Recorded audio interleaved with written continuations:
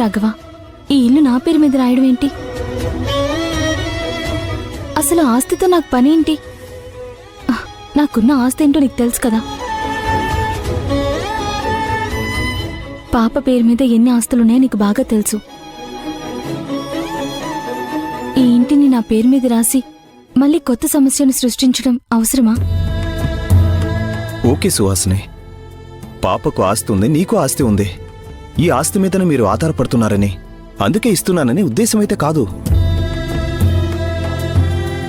పాపకు వాళ్ళ తాత ప్రేమతో అంత ఆస్తి ఇచ్చాడు. అలాగే మీకు మీ నాన్న తను కష్టపడి సంపాదించిన ఆస్తి అంతా ఇచ్చాడు. మరి నేను నీకేమిచ్చాను? నా కడుపున పుట్టిన బిడ్డకు ఏం పంచిచ్చాను చెప్పు? రాఘవ, నీకు నాకు కలిగిన బిడ్డే ఈ కృష్ణ తులసి. తనే గొప్ప ఆస్తి. ప్రత్యేకంగా నువ్వు ఆస్తి ఇవ్వాల్సిన అవసరం లేదు. నువ్వు భర్తగా నాకు ప్రేమను పంచావు, తండ్రిగా పాపని దగ్గరకు తీసుకున్నావు. ఇంతకన్నా మాకేం ఆస్తి అవసరం లేదు. నాకు ఒక మనసుంటుంది సుహాసిని. ప్రేమించి పెళ్లి చేసుకున్న నీకు కేవలం ఒక తాళిబొట్టు తప్ప ఇంకేమీ ఇవ్వలేకపోయాను. అలాగే పాప కూడా ఏమి ఇవ్వలేకపోయానన్న బాధ నన్ను లోపలించి తొలచివేస్తోంది. నిజమేనండి, కానీ అత్తయ్య, మావయ్య, వదిన, భూమి, మాధవ్ అందరి ముందు నాకు ఇంటినిస్తానంటే వాళ్ళెంత హర్ట్ అయి ఉంటారో ఒకసారి ఆలోచించాలి కదా. ఆలోచించకపోవడం ఏంటి సుహాసిని? ఎవరి వాటా వాళ్ళకిచ్చాను కదా. నా తమ్ముడికేమి ఇవ్వాలో ఇచ్చాను, వాళ్ళకేమి ఇవ్వాలో అది ఇచ్చాను. ఇక అమ్మ నాన్న అంటావా? వాళ్ళు మన దగ్గర ఉంటారు కదా. ఎవరికి ఏ లోటు చేయలేదు. కానీ ప్రత్యేకంగా ఇల్లు అంటూ నీది అని చెప్పడం కోసమే ఈ ఆస్తి నీకు రాసిస్తున్నాను. నాకు ఆస్తి ఉన్నా, అంతస్తు ఉన్నా నా తలరాత బాలేదు రాఘవ. అందుకే ఇన్ని ఇబ్బందులు. మనోవేదనకు గురవుతున్నప్పుడు నువ్వు నా దగ్గరకొచ్చావు, నన్ను చేరదీశావు. ఇంతకన్నా సంతోషం ఈ ప్రపంచంలో నాకింకేం లేదు. సుహాసిని, ఒకటి విను. నువ్వు నాకు ఎంత ఇంపార్టెంట్ అంటే ఈ ప్రపంచంలో నీ తర్వాతే నాకింకెవ్వరన్నా. ఎవరి కడుపునో పుట్టి ఎవరి ఇంట్లోనో పెరిగి నువ్వు నన్ను నమ్ముకొని నా దానిగా ఉంటాను అంటే ఆ ప్రేమకు ఎంత గొప్ప విలువ ఉంటుందో తెలుసా? నా లైఫ్లో 2 పెళ్ళిళ్ళు ఉంటాయని ఆ భగవంతుడు ఎందుకు రాశాడో నాకు తెలీదు. కానీ మొదటిసారిగా నువ్వు నాతో ఉండి మీ నాన్న ఆ రోజు అబద్ధం చెప్పకుండా ఉండుంటే నా జీవితంలో ఏకైక భాగస్వామివి నువ్వే సుహాసిని. నమ్మి వచ్చిన ఒక ఆడపిల్లకు ప్రేమ అనే 2 అక్షరాలను పరిచయం చేసి అవి ఇచ్చినంత మాత్రం నాకేం తృప్తి ఉండదు. నా సుహాసినికి నేనేమిచ్చాను, నా కూతుర్ని నేను ఎలా చూసుకుంటున్నాననేది నా సుహాసినికి నమ్మకం కలగాలి కదా. ఆ నమ్మకంతో, ఆ విశ్వాసంతో నా సుహాసిని ఆయుష్ పెరగాలి. అందుకోసమే నేను ఈ ఇంటిని నీ పేరు మీద రాస్తున్నాను.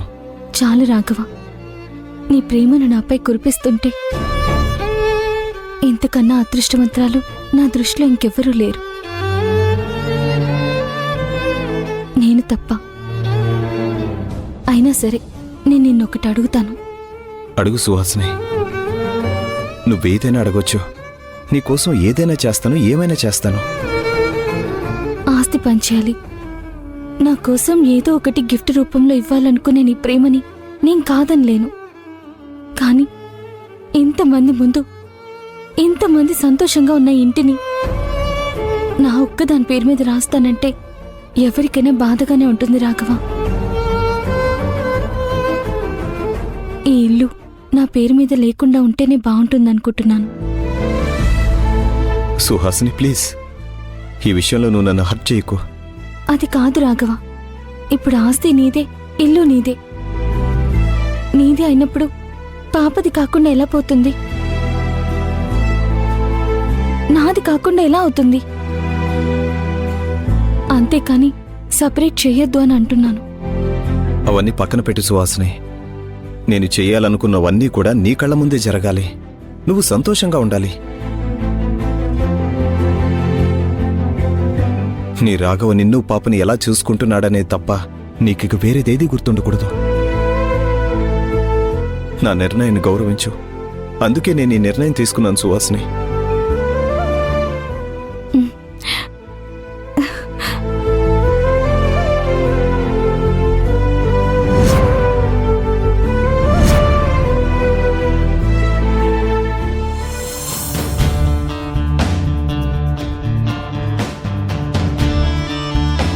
Hi sir. సారీ, డిస్టర్బ్ చేశానా? డిస్టర్బ్ చేశావు, మళ్ళీ చేశానా అని అడుగుతున్నావు. అంటే ఏంటి దాని అర్థం? ఏంటి కన్ఫ్యూజ్ అయ్యావా? చూడు ప్రియా, మనిషి స్ట్రైట్గా ఉండాలి, స్ట్రాంగ్గా ఉండాలి, అంతేగాని ఇలా కన్ఫ్యూజన్లో ఉండదు. ఓకే ఓకే, కూల్, రిలాక్స్, కూర్చో.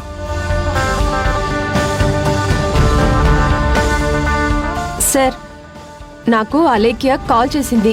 మీరు మంచిగా తనకి ఒక బొమ్మకి కీ ఇచ్చినట్టుగా బాగా రెచ్చగొట్టి మళ్ళీ ఆ రాఘవ దగ్గరికి పంపించారు. ఆ విషయమే నాకు కొంచెం భయంగా ఉంది. ఆలేఖ్యకి కీ ఇచ్చానంటూ నువ్వు మాట్లాడుతున్నావు. అంటే నేను చెప్పిన పని సక్సెస్ అవుతుందన్నమాట. సక్సెస్ కాదు సార్.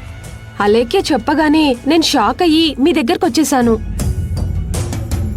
పాపం, అలేఖ్యకి అన్యాయం జరిగింది సార్. తనకు తోడెవరూ లేరు. ఆ ఇంట్లో తనకు ధైర్యం చెప్పడానికి, అండగా నిలబడ్డానికి మీరొచ్చారు. అది నాకు చాలా సంతోషంగా ఉంది. కానీ ఇప్పుడు సడన్ గా మీరు చాలా రెచ్చగొట్టారు చూసారా? అదే నాకు నచ్చలేదు సార్. రెచ్చగొట్టానని నువ్వనుకుంటున్నావు, కానీ తన లైఫ్ని తానే చెక్ చేసుకోమని పంపించానని నేను అనుకుంటున్నాను. అర్థం కాలేదు కదా?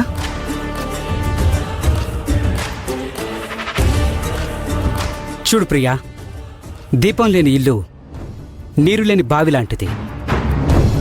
వెలుగు లేని బతుక్కు సూర్యుడు లేని ఆకాశం లాంటిది. మనిషిలో వెలుగు రావాలి, కాంతి నిండాలి. అప్పుడే ఆ మనిషి సుఖంగా, సంతోషంగా తాననుకున్నట్లుగా జీవిస్తాడు. మరి నీ స్నేహితురాలు అలేఖ్య అలా జీవిస్తోందా?